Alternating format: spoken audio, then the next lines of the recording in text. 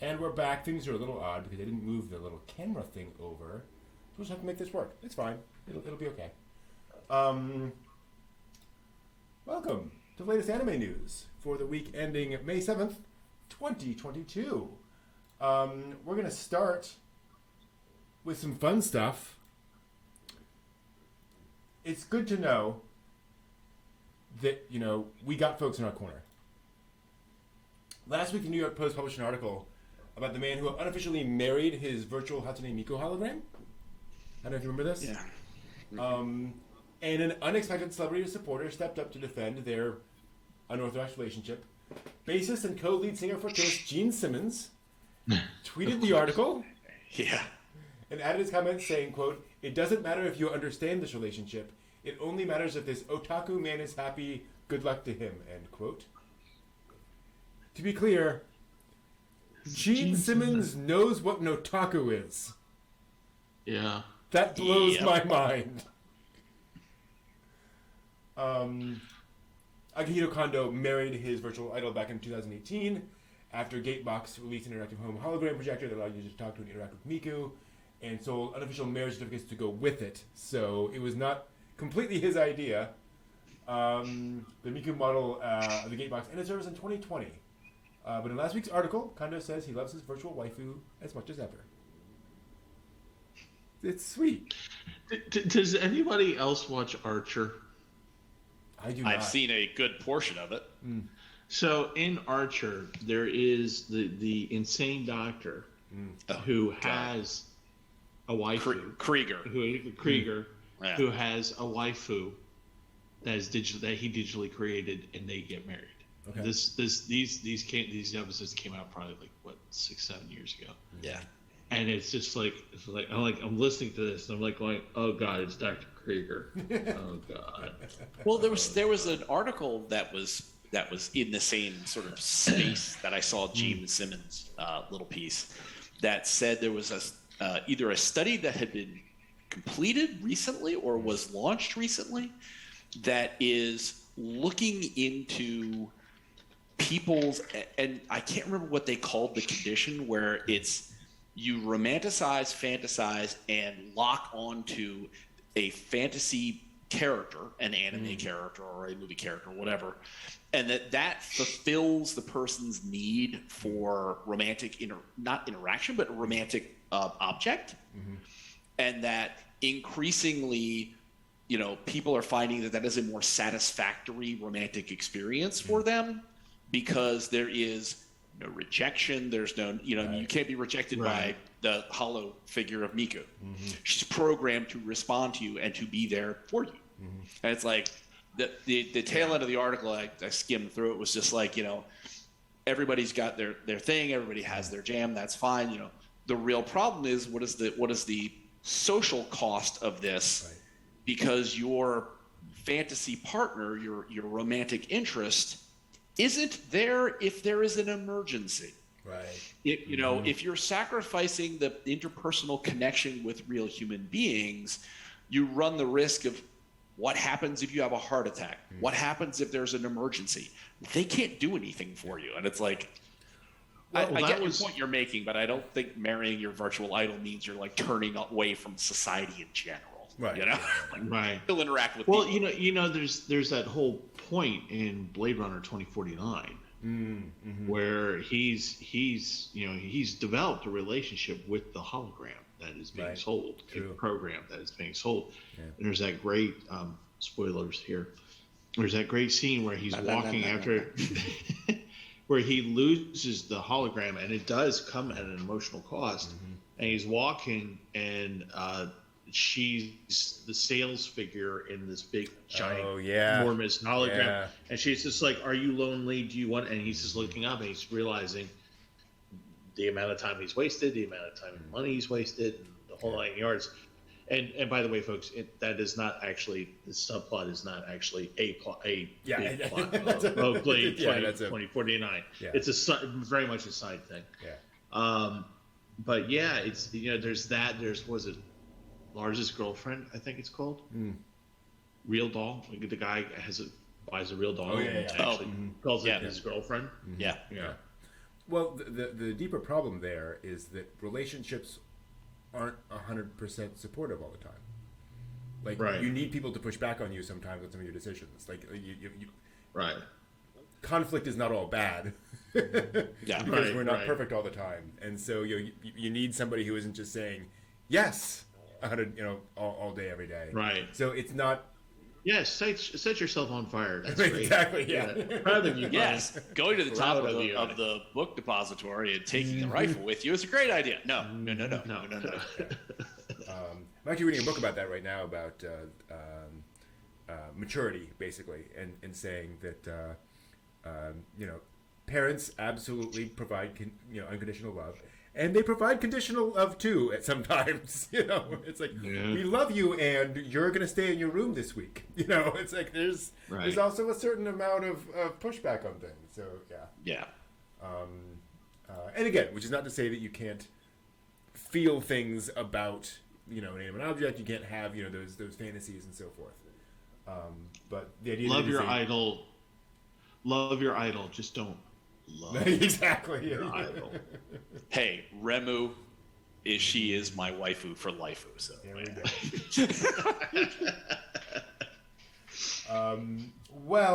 Moving on. In a list we wish existed back when we had to read the classics in school, Shueisha's Grand Jump Mucha magazine has announced an upcoming manga miniseries based on Herman Melville's Moby Dick novel, titled Ahab. The 3-issue series will begin in the magazine's next issue on June 21st, and will surely be far better, or at least easier to read than trying to read the Spark Notes. Do you remember the sci-fi Moby Dick anime? Yeah. Oh, that just came to my mind. Oh, what? Yeah, there was like a sci-fi thing, like Captain Ahab anime, really weird art style. Oh, gee. And here I thought Treasure Planet was a weird thing. Okay. Hakuge, Legend of the Moby Dick. There it is. Wow. Okay. 1997, 1998, 26 episodes. The whales are spaceships in that. Wow. I remember seeing that on the rack at like Suncoast, but never picked it up. Always wondered, what was I missing? Yeah, exactly. Speaking of missing stuff, fans of anime and video games are no strangers to dropping hefty sums of money on figures and merchandise, but Square Enix's newly announced Final Fantasy VI figure might give even the wealthiest fans a little pause. The 1/6 scale figure of Terra and her Magitech walker is beautifully crafted and limited to only 600 units, but at a price tag of 1,485,000 yen. Of course they are. Or about $11,570. They probably won't sell many more than that anyways. Wow. Yeah. Think of the resale value if you hold on to it for at least a year. Yeah. Mm-hmm. Sure. Like all those Sega Genesises in the Goodwill for $25. Yeah. Can you write that off as a loss? Oh, dude! If you're an anime streamer, is that a business expense? Yeah, it is. Yes. Hey, there we go. There's your loophole, folks. Yeah, it is. You acquire with sponsor money, and then you write off the loss when that figure goes from 11.5 in a year from now when it's worth $1,000. You go, oh. Yeah. Well, it's interesting about figurines like that too, because figurines that rare and that they will probably hold on to their value, right? That is such a special, unusual figurine. I can see that retaining value over time. It's just getting it in the first place. Mm-hmm. Yeah. Also, when you get something, currently, with something so simple as Nendoroids, so Good Smile Company Nendoroid figures, there is a thriving market for a little $40, $50 figure, a thriving counterfeit market of those that come predominantly out of a large manufacturing interest in the East that I won't name. But I've seen plenty of YouTube videos. It's like, oh, well, let's take one that's a Good Smile Company Nendoroid, and we'll take this one and we'll do the comparison and see what the difference is of the knockoff. You have an $11,000 figure. There's going to be one available for $2,000. Yep. So it wouldn't shock me if you said, yeah, it wouldn't shock me if one of the people that bought the $11,000 figure was somebody who had a really good scanner and could like do 3D modeling of it, and then input it into their system and say, let's knock out 10 or 15 $2,000 models. And people will buy it. It's kind of good enough. It's not great, but who's going to know if it's in a glass case? You can still kind of, hey, look at that $11,000 figure I got. Like, so just saying. I was helping some friends move today, and I was going through their DVDs as they were, as I was packing them up, and they had a copy of Knocking on Heaven's Door, like a Cowboy Bebop movie. Oof. And it's one of those things where I looked at the DVD and I was like, flipped it over, bootleg. Yep. The cover and the back is just not quite right. And they probably knew it was a bootleg, right? But it's one of those things like, they show up at the oddest places. But it was close enough. Mm-hmm. Close enough for a shelf sitter that people would be like, oh, that's cool. Mm-hmm. As long as they kept moving along. Yeah. Looked pretty close. But, when the back of the box company information advises you to go to yahoo.co.jp. Awesome. Yeah, we are anime company at yahoo.com or something. It's like, yeah, sure. Totally legit. Look for us by name. Where is the name? Look for us by name. Oh, I gotcha. Really cool news for the retro anime fan. A long-lost pilot anime for Fujiko Fujio A's Futa-Kun manga has just been rediscovered on film. This was planned to air back in 1967. Tokyo Film Company Koku-A, went looking for the film recently at the behest of a video software researcher and discovered the film in a warehouse. NTV planned to air it back in 1967, although a pilot for 2 15-minute segments was reported to exist. NTV never actually aired it. It was discovered after a research investigation, however, that Hiroshima TV had aired the pilot once on December 11th, 1972. The original production company for the pilot has long since disbanded. But parent company Koku-A still remains and plans to digitize the discolored film and restore the image with help from Tokyo Laboratory. So we may get a restoration of an anime from the late 60s. Wow. Very, very cool. And it's a reminder of how, like, all of these, Astro Boy came out, and then this explosion of interest in animation on television. And I'm sure there were other things like that where it's just, here's a, like the Princess Diana anime we talked about the other day. Right. Let's commemorate the coronation of Princess Diana by commissioning a half-hour anime about it. Okay. Yeah. Very weird. Toei Animation announced last week it's establishing the Toei Animation Sakuga Academy, a new animated training program in April of next year. It's an intensive 1-year practical animator training program, which is pretty lengthy from what I'm familiar with. With experienced animators, following the training and an exam, successful students will be hired as contract workers for Toei Animation. It'll be 3 months of video training, followed by a 9-month animation or digital video course, depending on the student's goals. Unfortunately, the program will only accept about 10 students, so space is limited. Yeah. But Toei will handle the tuition costs and offer a 150,000 yen monthly stipend to students. That's like $1,300 a month. That's pretty good. Yeah. Meanwhile, anime. And all they have to do is draw feet for a living. Exactly.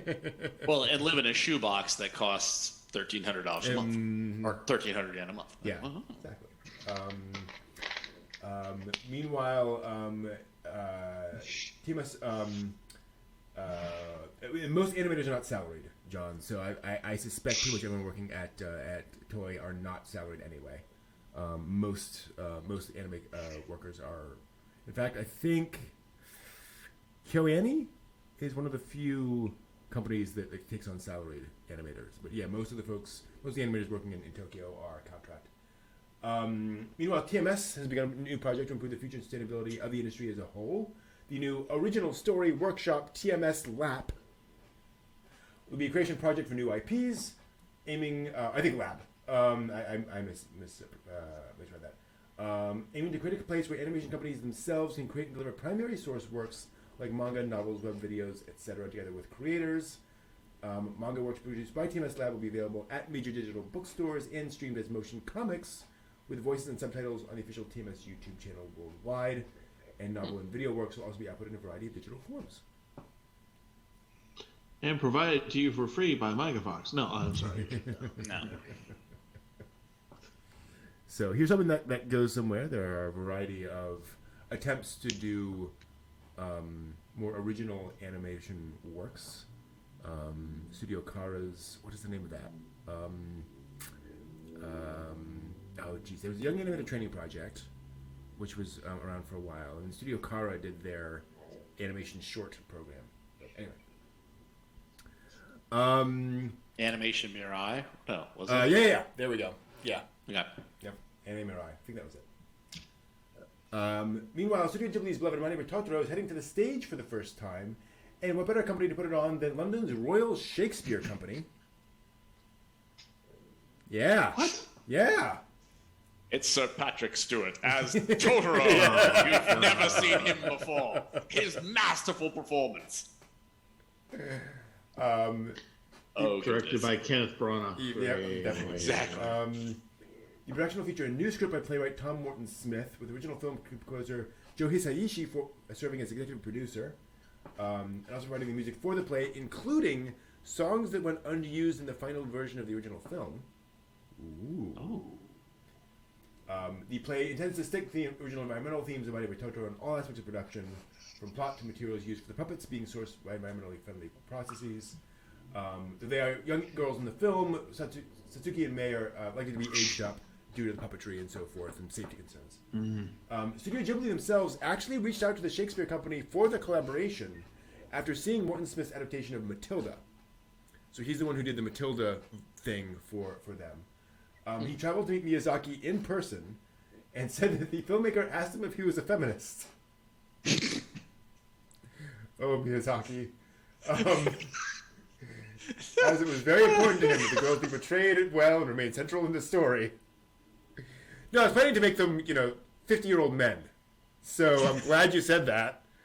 I'm glad it was related to something like pertinent to the show. Yeah. Versus is this how Miyazaki does things now? Be like, Probably. Hi, I'm here to talk to you about this licensing deal. Do you often wear pants? What? Miyazaki okay?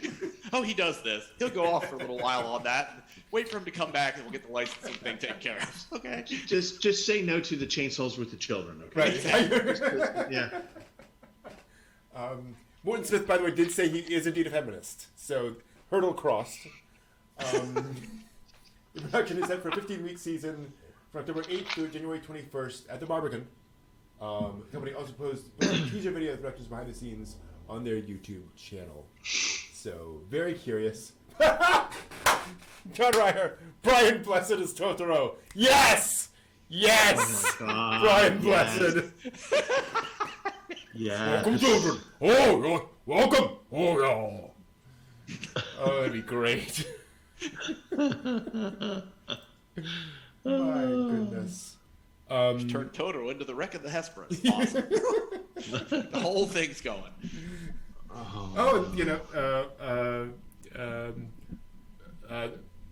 Flying from Flash Gordon. It works, right? He's flown before. We can fly as Totoro. Yeah. Okay. Hoi.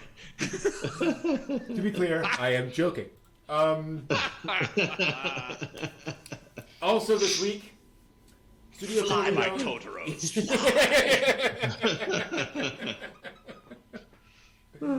Oh dear. Studio Colorado and Netflix announced last week they've signed a multi-year co-production deal for 3 new feature-length films. The first is the previously announced Drifting Home, which will debut in September. The second will be a new film by Toмотaka Shibayama, who did A Whisker Away back in 2020.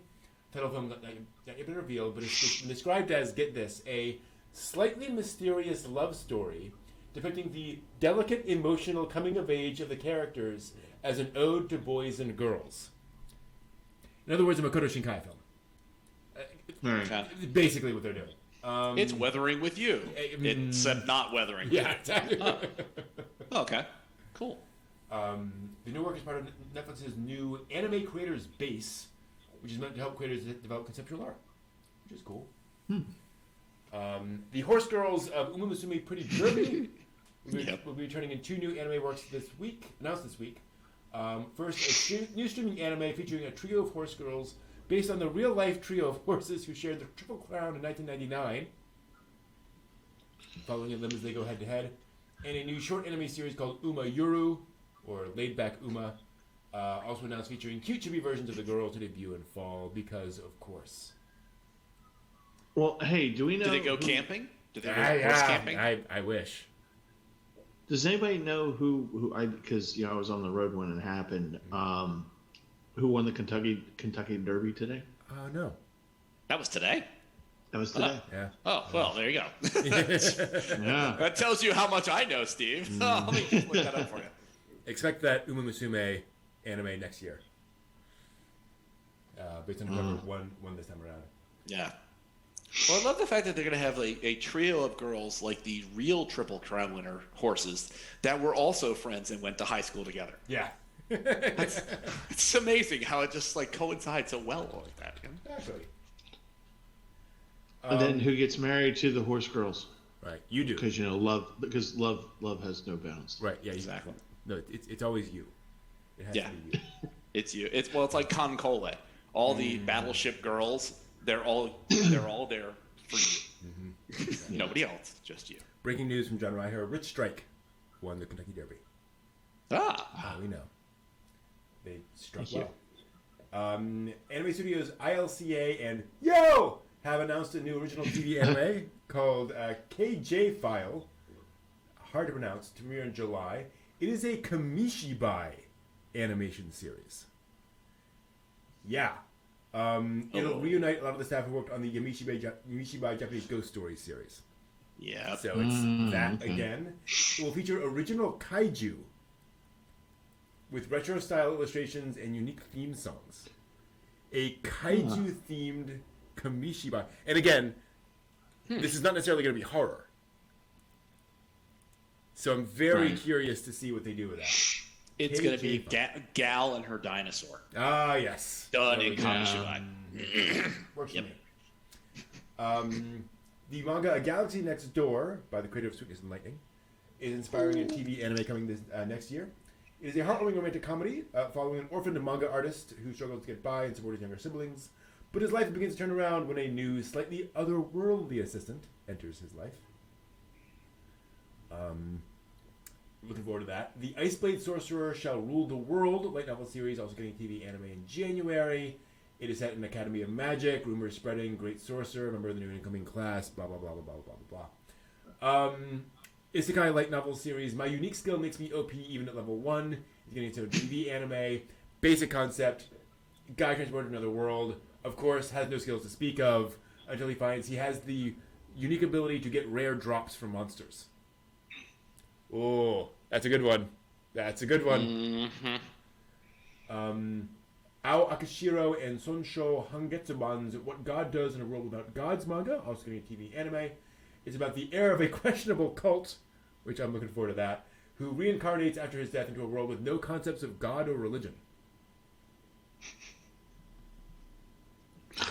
So I guess the first person to create a wacky cult in this world, I'm going to assume. And this, ladies and gentlemen, I know the concept of God is unusual to you, but this is called Kool-Aid.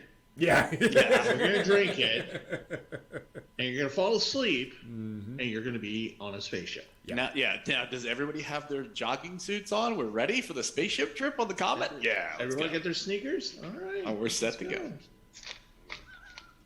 Boy, that would be an anime. Yeah.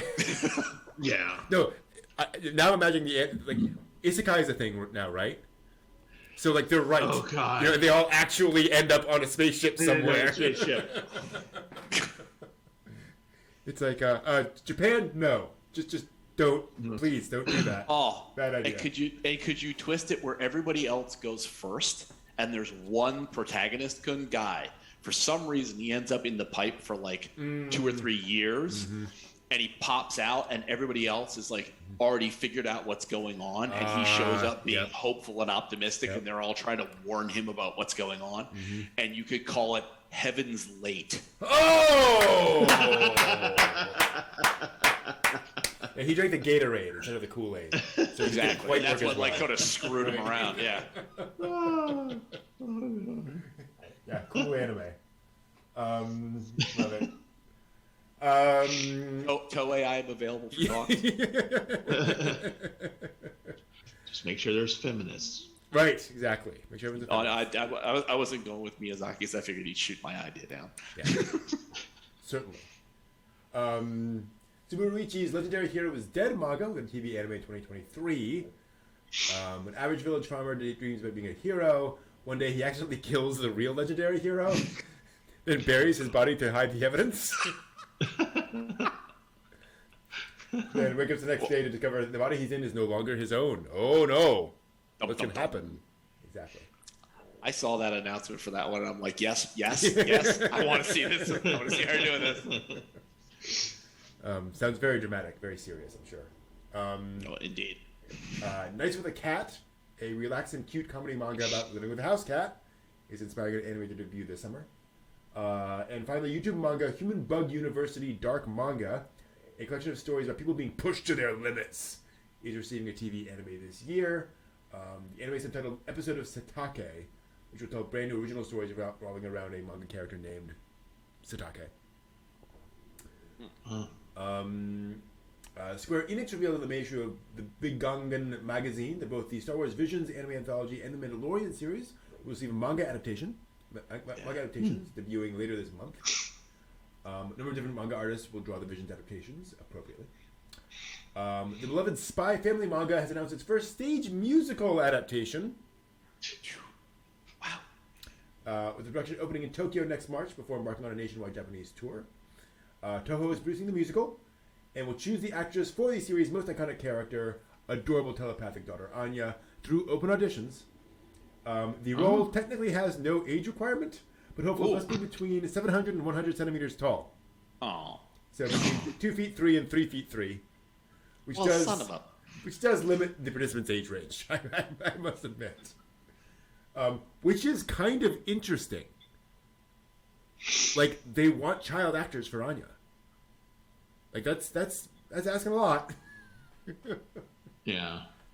Well, they could do the old Tim Conway thing, dwarf, and just build a stage and stand it, and put like little flip flops where your knees are. Yeah, like there you go, it's perfect. I am an assassin. I am an assassin. Speaking of Spy Family, Wit Studio, the production company behind that anime as well as Attack on Titan and others, has announced an upcoming exhibit to celebrate their 10th anniversary.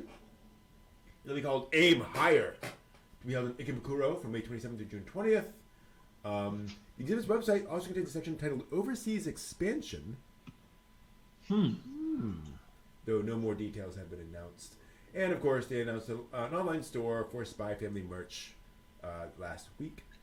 And finally, last week, Tezuka Productions launched a new official English language Twitter account for everything related to the Godfather of manga. Previously, the studio's Japanese Twitter account would occasionally tweet in English for international fans. This is the first time the studio has maintained a dedicated English social media account, besides the official website, which is in both Japanese and English. The studio's handle is Tezuka_ENG for fans who would like to follow. So that's cool. I checked it out earlier today. I was going to say, have you ever been in there? What goes on in there? I mean, a lot of it is, hey, did you know? Tezuka did this thing. We're releasing a new copy of this obscure, weird Tezuka manga from 1983. Here's the thing about it. They actually tweeted a thing a couple days ago. Tezuka drew the cover illustration for some comics exhibition in Japan in I think the late 60s, early 70s. And it features a whole bunch of comic characters on it. And if you look at it, it's, you look at it, there's Lupin.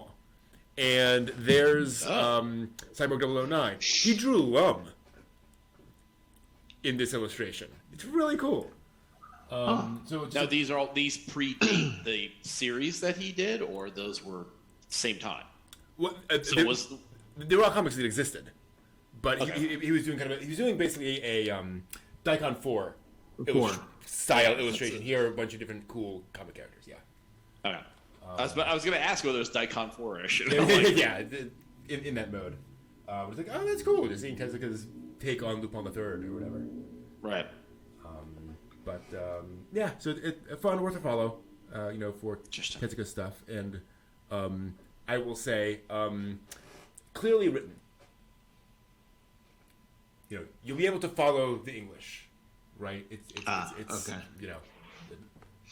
The English is well written, so good. So you're not saying it's not necessarily in real time, that perhaps it is scripted a little to make sure that it is checked properly? Whoever's doing it certainly can write English well. Aha. They understand English grammar. So it's good. That's all the news for this week. Thanks for watching. We will see you all next week.